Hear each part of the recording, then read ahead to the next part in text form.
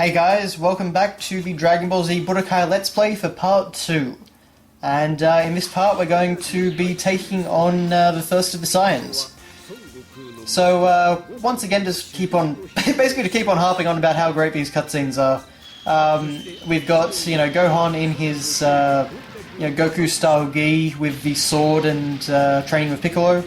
And we've got the Saiyans landing on Earth. The only other game, actually, which did this type, this scene and the cutscenes in this much detail, was going to theoretically be Burst Limit, which was actually made by Dimps as well, the same company that made this game. Now, in all their trailers and promotional material, we see all these sort of cutscenes, but then in the game, they're actually nowhere to be found. Actually, I do kind of love that, but Yamcha doesn't even get to fight in Budokai 1's cutscene. He just is standing there, the Saibamen goes for him, and he's already dead. He doesn't even get to land a punch or get too cocky in this one. He's just dead. Oh, poor Yamcha. But, yeah, so anyway, Burst Limit was a really weird case where everyone thought that it was going to be a return to this style of cutscene with a whole lot of detail and everything in that, and that was really exciting because the game looked really pretty at the time. It was, next-gen Dragon Ball. And, but yeah, it had none of those cutscenes that were shown in the trailers. It actually had those trailers in the game's menus, but they just weren't in the actual, none of the cutscenes were in the story mode, so, it's kind of often theorized that maybe something, maybe they ran out of time or they were, something changed during development. But it's a bit weird. But anyway, so now as Piccolo, we have to take on all these Saibamen. And this is actually one of the rare games to feature the characters of Saibamen and Cell Jr.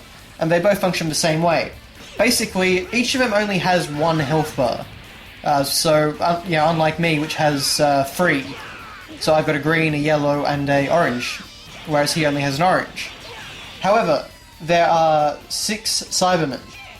So that means you have to defeat every single one. So overall, they have 6 health bars compared to my 3, making it a bit more difficult. And the first time I actually did this, I did die. I actually believe this might be the attempt where I ended up dying, but I immediately cut to where I was anyway on my, my second attempt. So it doesn't really matter. I'm trying to not have any filler in these videos. But yeah, so it gets a little bit repetitive. Why all these Saibamen don't really, take you on one by or take you on at the same time or anything like that, so I don't really know.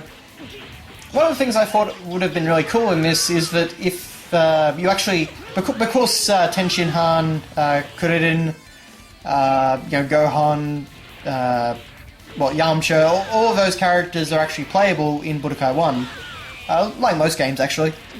They really should have just, Piccolo defeats a Saibaman or 2, then Gohan defeats one, and then Krillin defeats one, and, just like that, rather than making me as one character fight them all. I probably would have been a bit more interesting that way.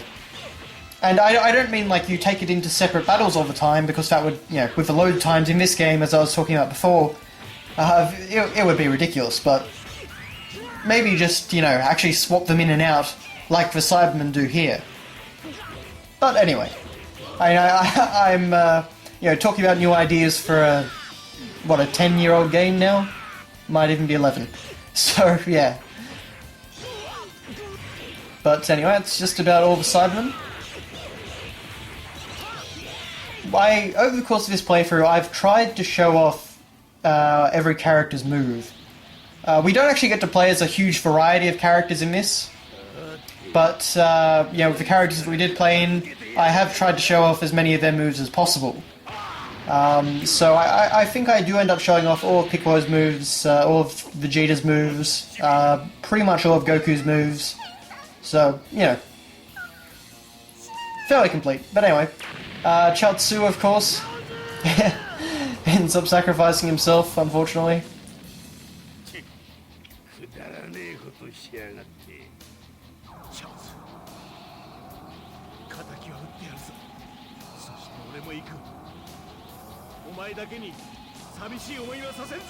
So for the most part, the translation isn't too bad, and actually, right there you can see Ki Blast Cannon, which isn't too bad a translation of Kikoho, actually. Yeah, the translation seems to really go up and down.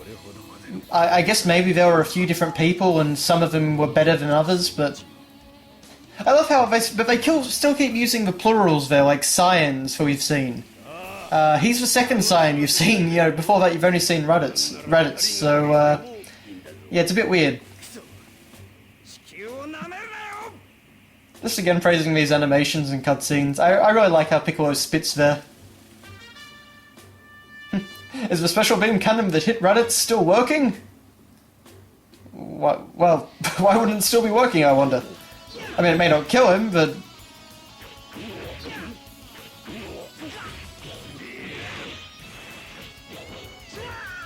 As you can see, this is... Funnily enough, this is actually one of the tougher battles in the game that I've recorded. It's... I don't know why exactly, but I found Nappa to be a bit of a challenge. I think this is my second attempt. Yeah, as you can see, he's actually quite damaging. I will say that the fights in the game's story mode actually seem to be balanced in an attempt to... Oh, here we go. Here's the special beam cannon. Let's see if it still does work. Well, I'm going to say yes. That's pretty effective. But, yeah, so it's... what was I saying? It's always good when I can't remember what I was saying. Oh yes, about the balance of the fights. Yeah, so it's the sort of thing where the harder fights seem to be the ones that were actually harder for characters in the anime. So, like a fight there between Piccolo and Nappa was more difficult than a fight between Goku and Nappa. At least I found, anyway. So I don't know if that was just for luck of my playthrough, or if they have actually tried to balance it so that your power differences take that, the anime into account. But, anyway. Ah, yes, remember that time when I beat you up, that time when you slept behind me, and that time you smiled in the black void. But, poor old Piccolo, of course, sacrifices his life for Gohan. And he has a very nice damage model. And look at that, even his antenna animate when he falls.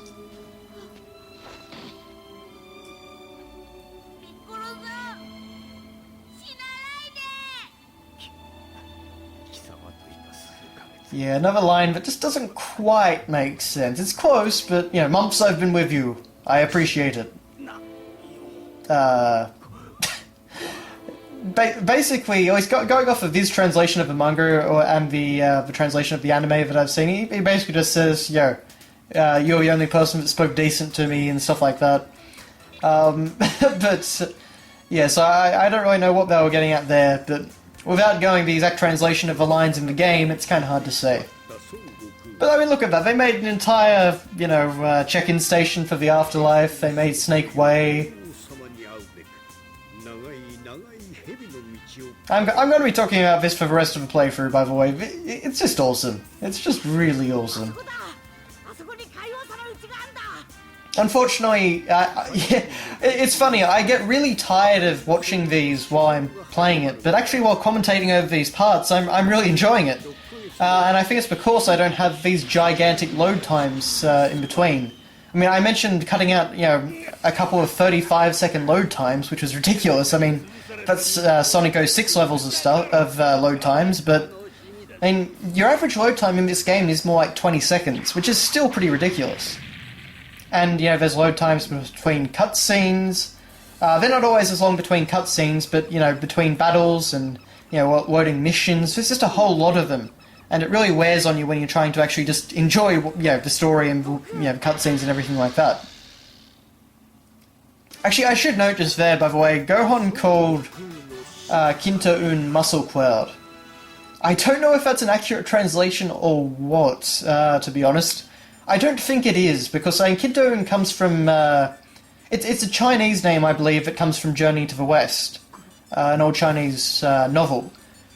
But, yeah, I don't think it's Muscle Cloud. Muscle Cloud's a bit weird. But, anyway. I really don't know what the translators were doing sometimes here. I believe, though, we've got another great insult coming up.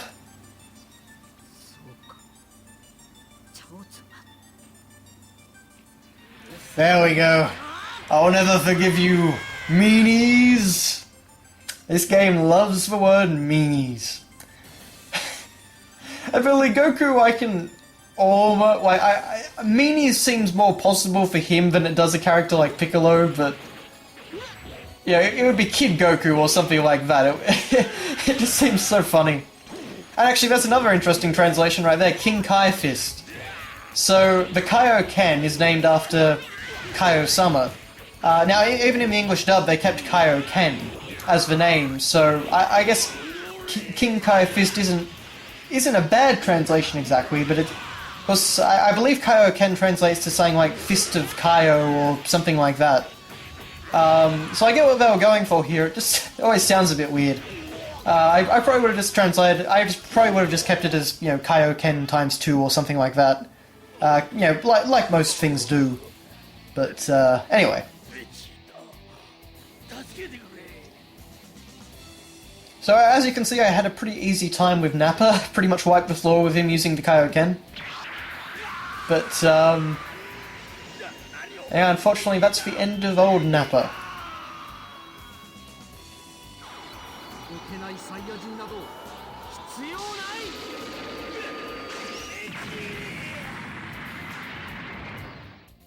Anyway, that's the end of part 2, so thanks for watching, guys, and I'll see you later.